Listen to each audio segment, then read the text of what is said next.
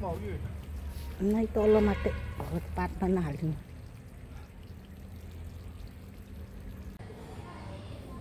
अहिले 20-25 दिनमा यति भएको छ करेला। हेलो साथीहरू, नमस्कार छ सबैजनालाई।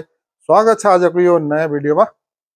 साथीहरू, धेरै दिन भयो मैले भिडियो नहालेको र हामी बुढाबुढीले 3-4 दिनदेखि जङ्गलमा गएर, नजिकै छ हाम्रो जङ्गलहरू पनि, 5-6वटा बोरी हामीले मलिलो माटो, त्यहाँको पातहरू कुहेको माटो जङ्गलको ओसारेको छौँ र त्यो माटोले हामी अब करेसाबारीमा हाल्नेवाला छौँ र हालेपछि खनेर माटोलाई मलिलो बनाएर हामीले त्यहाँ काँक्रा, लौकी, करेला, घिरौला लगाउनेवाला छौँ र साथै बोरी पनि लगाउने छौँ र त्यसको दृश्यहरू देखाउनेवाला छु। र भिडियो अन्तिमसम्म हेरी मेरो साथ दिनुहोला। मन पर्यो भने एक लाइक पनि गरिदिनु होला। साथीहरू, यो हिजो अस्ति मल ल्याएको मल हो। यो जङ्गलबाटै अहिले खनाएर लैजानु छ बाहिर।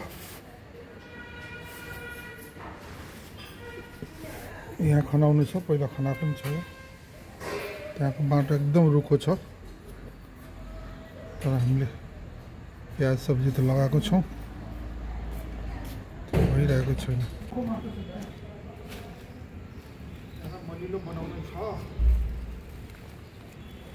एकै ठाउँमा राखिदिनु, खन्नु पर्छ के? त्यहीमा खाइदिनु।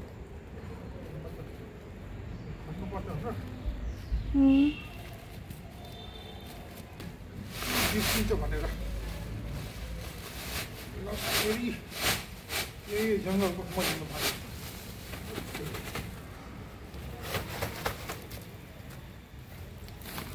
कमी लाग्छ अर्कोले सानो उता गऱ्यो भने थियो कि प्याज भामोर चलाएको झन् यही भए त खाइदिनु पर्यो। हो हुन्थ्यो, त्यही भइदिनु।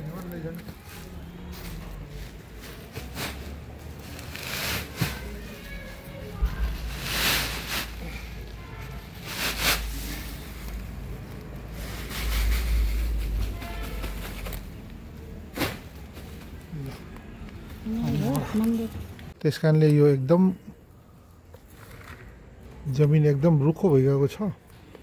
फेरि पनि यसमा हामीले ठेकदारले 4 ट्र्याक्टर माटो पठाएको थियो। त्यो पैसा त हामीले तिरेको, तर त्यो माटो खासै राम्रो थिएन र अहिले हामीले जङ्गलबाट ओसार्दै यो मलहरू, एकपालि किनेको मलहरू गाईको गोरुको पनि हालेको थियौँ, अझ पनि भएको छैन राम्रोसँग यसले। त्यस कारणले जङ्गलको फ्रीको मल, सित्तैमा पाएको मल हामीले ओसारेको छौँ बुढाबुढीले र हालिरहेको छौँ।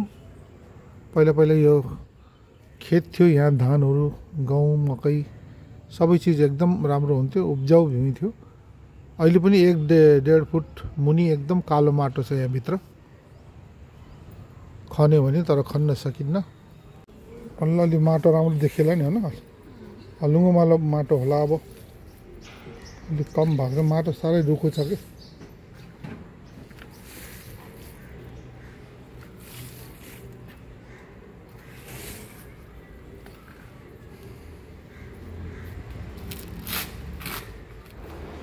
यहाँ बुढियाले प्याजमा जङ्गलबाट ल्याएको मल हाल्दैछन्, छर्दैछन्, अलि राम्रो होस् प्याज भनेर। अलि रुखो माटोहरू छ। ट्र्याक्टरले कहाँबाट ल्याएको माटो हो, अब बगरतिरको होला। राम्रो थिएन माटो, अब राम्रो बनाउनु पर्यो।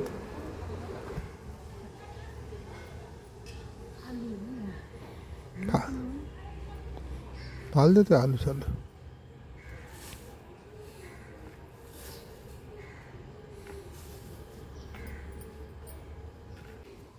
देख्दै राम्रो छ त न। यो पो हो त बल्लेर।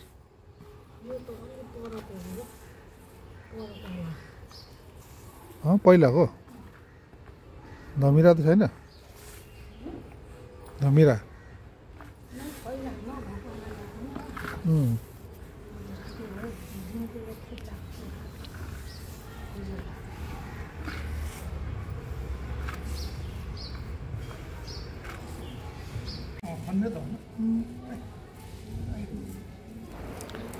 यो पार्सेको साग हो, फुलेर एकदम ठुलो भएको छ। छिप्पिएको छ, सारो भएको छ। जमिन पनि अहिले सुकेर सारो नै भएको छ, उखाल्न गाह्रो भइरहेको छ। यसलाई अब सबै फालेर यसलाई खनेर बुढाबुढीले मलसल हालेर फेरि हामीले फर्सी, काँक्रा, करेलाहरू लगाउन छ, बोरीहरू।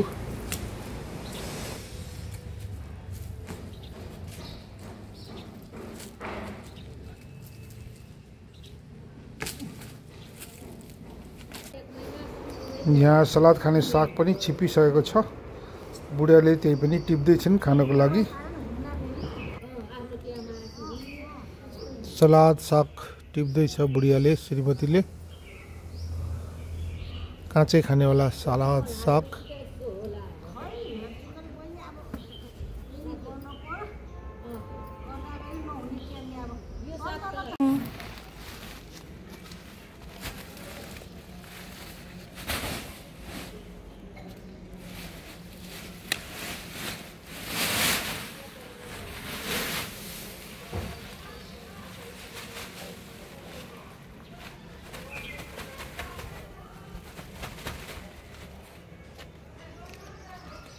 यो दुई बोरी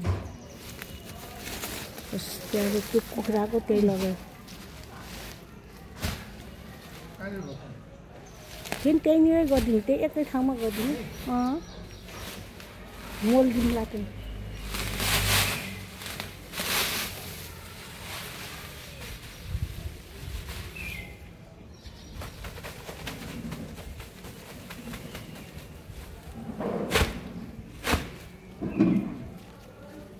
यो त आधी होत्तानको चला यो आधी तल तल त्यसलाई हतै तल आधी जति है भयो आधी गर्नुहोस्। भयो चढाइ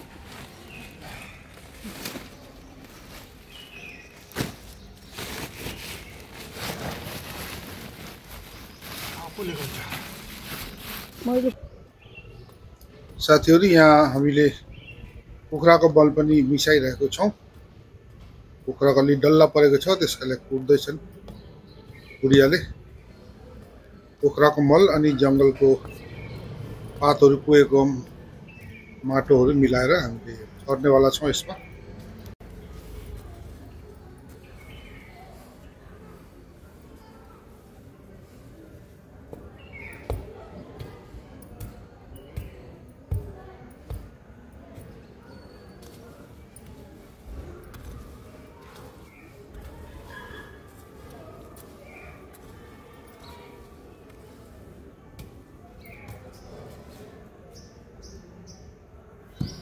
के गर्ने अब?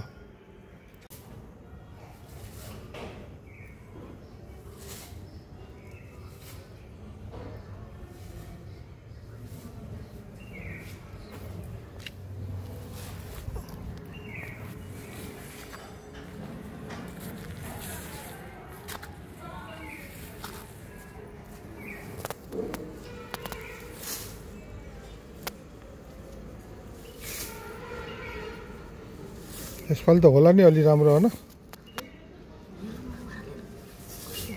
धेरै नै हालिदिएछ नि यसपालि त।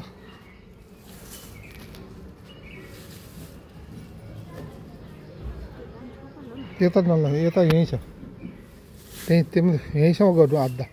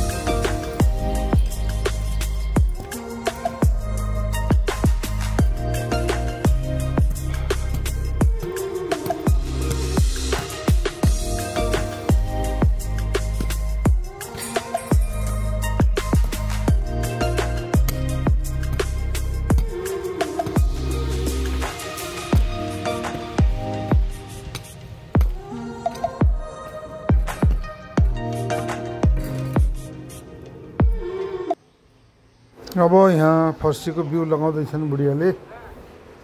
फर्सीको 2टा बिउरा लिएको छौँ, करेलाको 2टा, काँक्राको 2वटा, लौकाको 2वटा बिरुवा ल्याएको छौँ। बाँकी बोरीहरू हामी खनेर छर्नेछौँ।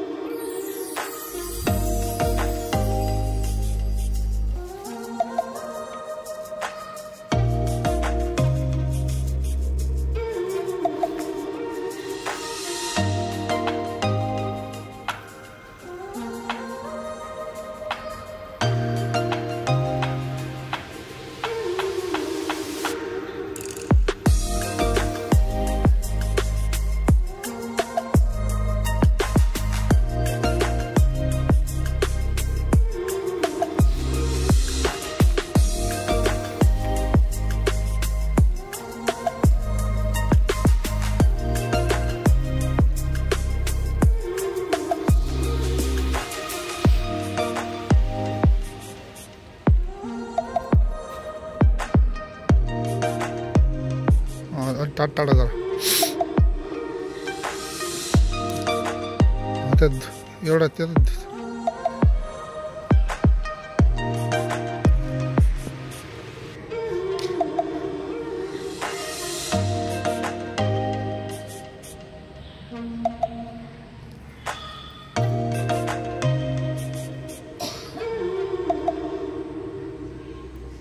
धेरै नजिक त भएन, एउटा हातै एउटा त्यहाँ।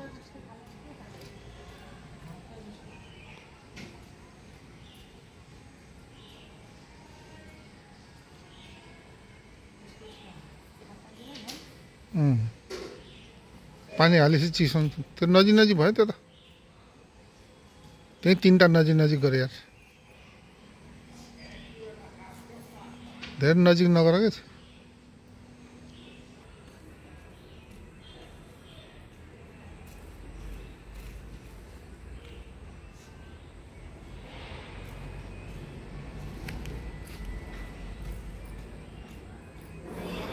यहाँ बुढीहरूले बोरी लगाउँदैछन्, बोरीको दाना बिउ।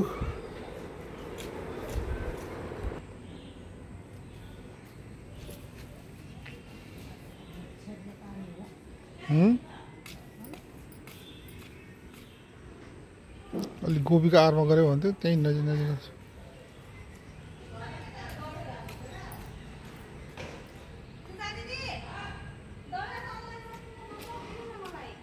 20-25 दिनमा यति भएको छ। करेला, फर्सी, काँक्रा अनि बोरीको झालहरू, भुइँबोरी 20-25 दिनमा यति ठुल्ठुलो भइसकेछ गाइस। साथीहरू, आजलाई भिडियो यतिमै टुङ्ग्याउन चाहन्छु। भिडियो अन्तिमसम्म हेरिदिनु भएकोमा हजुरहरूलाई धेरै धेरै धन्यवाद। फेरि यस्तै नयाँ फरक भिडियोमा भेट हुनेछौँ। तबसम्मलाई बाई।